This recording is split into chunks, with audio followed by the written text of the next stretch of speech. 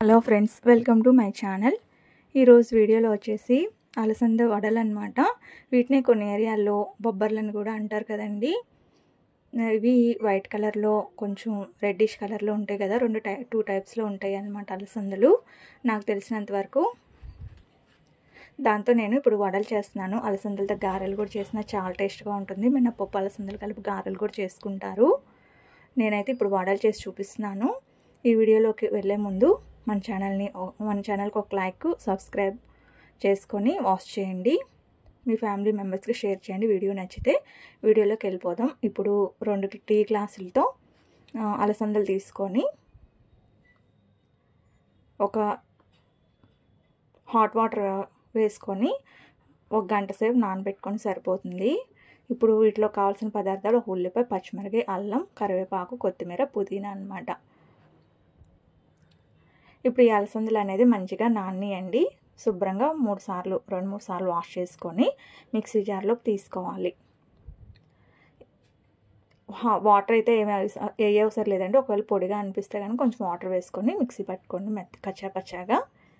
అల్లం ముక్క కూడా వేసుకొని మిక్సీ పట్టుకున్నాను నేను. అల్లం మిక్సీ పట్టుకోవటం ఇష్టం లేకపోతే తురుమైన వేసుకోవచ్చు. ఇప్పుడు దీంట్లో 1 స్పూన్ వరకు జీలకర్ర వేసుకున్నాను. ముందుగా కట్ చేసి పెట్టుకున్న ఉల్లిపాయ, పచ్చిమిర్చి, కరివేపాకు, పుదీనా, కొత్తిమీర సన్నగా కట్ చేసుకొని, వీలైనంత సన్నగా కట్ చేసుకొని వేసుకోవాలండి. వడలు అనేది పచ్చిశనగపప్పు వడలు ఎలా ఉంటాయి, సేమ్ అలానే ఉంటాయి అన్నమాట. టేస్ట్ అనేది ఆ విధంగా మనం ప్రిపేర్ చేసుకోవాలన్నమాట. దీంట్లో మనం కొంచెం బియ్య పిండి అనేది యూస్ చేసుకుంటాం. ఇప్పుడు మీకు రుచికి తగినంత ఉప్పు వేసుకొని, నాకైతే ఇక్కడ ఒక 2 స్పూన్ల వరకు బియ్య పిండి పట్టిందండి. మీ క్వాంటిటీని బట్టి బియ్య పిండి అనేది అడ్జస్ట్ చేసుకుంటూ కలుపుకోవాలి.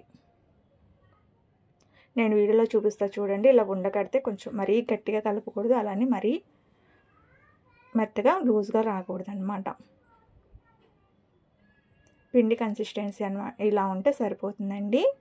వడలు అనేది పర్ఫెక్ట్గా వస్తాయి. వేడిగా అయితే కరకరలాడితే చాలా బాగుంటాయి టేస్ట్.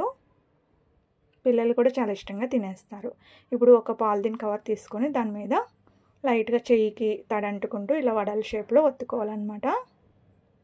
ఒత్తుకొని డీప్ ఫ్రైకి సరిపడా ఆయిల్ వేసుకొని, ఆయిల్ అనేది హీట్ ఎక్కిన తర్వాత 1 by 1 ఇలా వడలు వేసుకొని గోల్డెన్ బ్రౌన్ కలర్ వచ్చేంత వరకు ఫ్రై చేసుకుంటే సరిపోతుంది.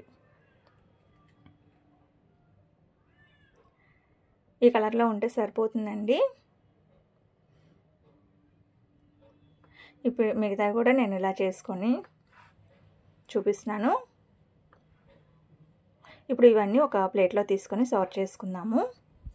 నేనైతే మా పాపకి ఇలా టమాటా కెచప్ ఇచ్చి పెట్టేశాను. శుభ్రంగా తినేసింది అనమాట. చాలా ఇష్టంగా తినింది. మామూలుగా గుగ్గిలు పెడితే అసలు తినదనమాట. అందుకని ఈ విధంగా ఒకసారి ట్రై చేస్తాను. ఈ విధంగా అయితే ఎవరైనా తినేస్తారు వడలు అనుకొని. ఈ వీడియో కనుక మీకు నచ్చినట్టయితే ప్లీజ్ లైక్ చేయండి, షేర్ చేయండి, సబ్స్క్రైబ్ చేసుకోండి. మరిన్ని వీడియోల కోసం మన ఛానల్ని వాచ్ చేస్తూ ఉండండి. మంచి వీడియోలు అనేది ఛానల్లో అప్లోడ్ చేస్తూ ఉంటాను. అంతే friends, please like, share and subscribe. చూసారా, టమాటా కెచప్తో ఇలా తింటే ఎన్నైనా తినేయచ్చు అనమాట.